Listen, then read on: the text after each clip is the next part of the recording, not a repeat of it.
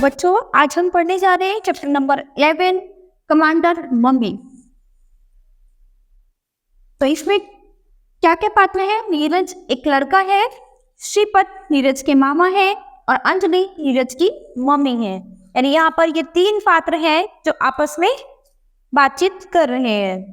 श्रीपत टांगे मेज पर रखकर बहुत आराम से बैठा है, यानी नीरज के जो मामा जी है वो टांगे जो है, पैर जो है वो मेज पर रखकर आराम से बैठे हुए हैं। नीरज मामा जी मेज पर टांगे नहीं रखते, तो यहाँ पर जो नीरज जो लड़का है वो बोलता है मामा जी टांगे जो है वो मेज पर नहीं रखते हैं। श्रीपत कहते हैं किसने कहा तुमसे? तो नीरज कहता है मम्मी कहा करती है मामा जी। तो उसके मामा जी कहते हैं कि ये तुमसे किसने कहा है? तो अभी नीरज क्या बोलता है कि मुझे ये मम्मी ने कहा है। तो श्रीपत बोलते हैं ऐसी बातें तुम्हारे लिए होंगी, तुम अभी बच्चे हो ना, इसलिए जब तुम बड़े होकर किसी के मामा बनोगे तब तुम्हें भी मेज पर टांगे रखकर बैठने की आज्ञा मिल जाएगी। और हंसते हैं, कहो किस कक्षा में पढ़ रहे हो?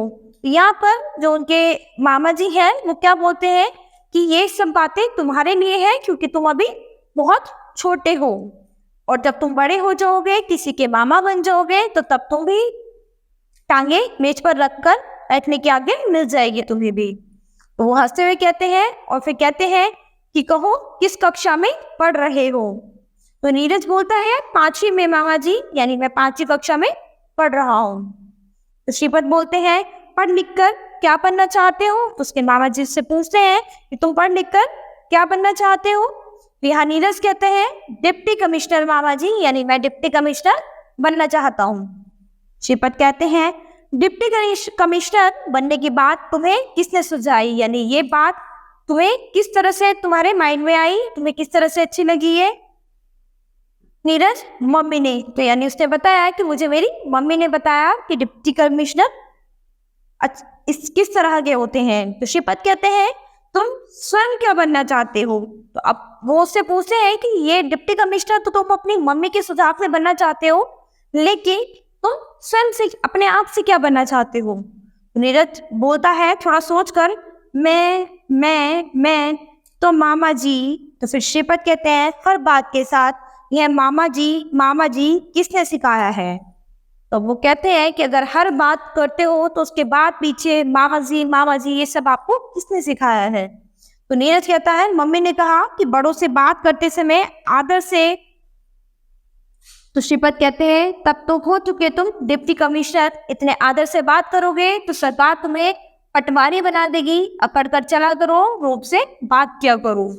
तो यहाँ पर उसके जो मामा जी हैं वो क्या कहते हैं कि अगर तुम इतने मैनर से बात करोगे फिर तो तुम बन चुके डिप्टी कमिश्नर, इतने आदर से बात करोगे तो तुम डिप्टी कमिश्नर नहीं बन पाओगे, फिर तो तुम्हें सरकार पटवारी बना देगी, थोड़ा अकड़ कर चला करो, रूप से बात किया करो। तो नीरज कहता है मैं तो कप्तान बनना चाहता हूँ मामा जी पर। नीरज क्या कहता है कि मैं कप्तान बनना चाहता हूँ। श्रीपत कहते हैं कप्तान? फिर नीरज कहता है यस, क्रिकेट टीम का कप्तान। पर मम्मी कहती है ये बहुत बेकार खेल है, इसमें चोट लग जाती है। तो अब नीरज क्या कहता है नीरज कहता है कि क्रिकेट टीम का कप्तान, पर मम्मी कहती है लेकिन ये बहुत बेकार खेल है, इसमें तुम्हें चोट लग जाएगी। तो श्रीपत कहते हैं ऐसे तो बन चुके तुम क्रिकेट टीम का कप्तान, कितने घंटे खेलते हो? यानी अब उसके मामा जी फिर एक नया क्वेश्चन करते हैं कि इस तरह से तो तुम बन गए क्रिकेट के कप्तान, तुम कितने घंटे खेलते हो? तो नीरज बोलता है 2 घंटे। फिर श्रीपत बोलते हैं पास होने के लिए नियम पूर्वक 2 घंटे पढ़ लेना काफी है, वैसे तुम पास होते रहना चाहते हो या क्रिकेट टीम का कप्तान बनना चाहते हो? तो अभी उसके मामा जी कहते हैं कि यदि तुम्हें केवल पास ही होना है तो 2 घंटे पढ़ाई करना जरूरी है, वैसे कि तुम केवल पास ही होना चाहते हो या फिर क्रिकेट टीम का कप्तान भी बनना चाहते हो? तो नीरज बोलता है क्रिकेट टीम का कप्तान बनना चाहता हूँ। यहाँ नीरज बोलता है कि मैं क्रिकेट टीम का कप्तान बनना चाहता हूँ। तो उसके मामा जी बोलेंगे तो रोज 2 घंटे पढ़ो और 6 घंटे खेलो, तुम्हारे मामा भी चाहते हैं कि तुम क्रिकेट टीम के कप्तान बनो और भारत में ही नहीं पूरे संसार में नाम कमाओ। फिर उसके मामा जी उसे बोलते हैं कि तुम दिन में 2 घंटे पढ़ो और 6 घंटे खेलो, और तुम्हारे मामा भी चाहते हैं कि तुम क्रिकेट टीम के कप्तान बनो, पूरे भारत में ही नहीं पूरे संसार में अपना नाम कमाओ। अब नीरज बड़ा खुश हुआ और बोलता है मामा जी कहकर श्रीपत से निपट जाता है। यानी अब वो इतना खुश हुआ कि वो अपने मामा जी से निपट जाता है। अब अंजलि यानी नीरज की माँ दूसरे कमरे से आवाज लगाते हुए कहती है नीरज, यानी नीरज को आवाज लगाती है। तो नीरज कहता है जी मम्मी। फिर अंजलि बोलती है कमरे में प्रवेश करते हुए, ये क्या कर रहे हो, अपने कमरे में चलो, पढ़ने का समय हो गया है, अभी अध्यापक भी आने वाले होंगे, कल का काम कर लिया गया। तो यानी उसकी मम्मी उससे बोलती है कि तुम्हारी पढ़ाई का समय हो गया है, तुम कमरे में चलो, अभी तुम्हारे अध्यापक आने वाले हैं, और तुमने अपना कल का काम पूरा कर लिया, यानी अपना होमवर्क पूरा कर लिया है कि नहीं। तो नीरज कहता है मम्मी मैं तो खेलूंगा। अब अंजलि कहती है गुस्से में क्या क्या, फिर हंसते हुए चलो। अंजलि जो है वो बड़े क्रोध में कहती है क्या क्या, फिर हंसते हुए चलो नीरू बेटा। तो वो पहले गुस्से में बोलती है क्या क्या, यानी तुमने क्या कहा, फिर हंसते हुए बोलती है चलो नीरू बेटा।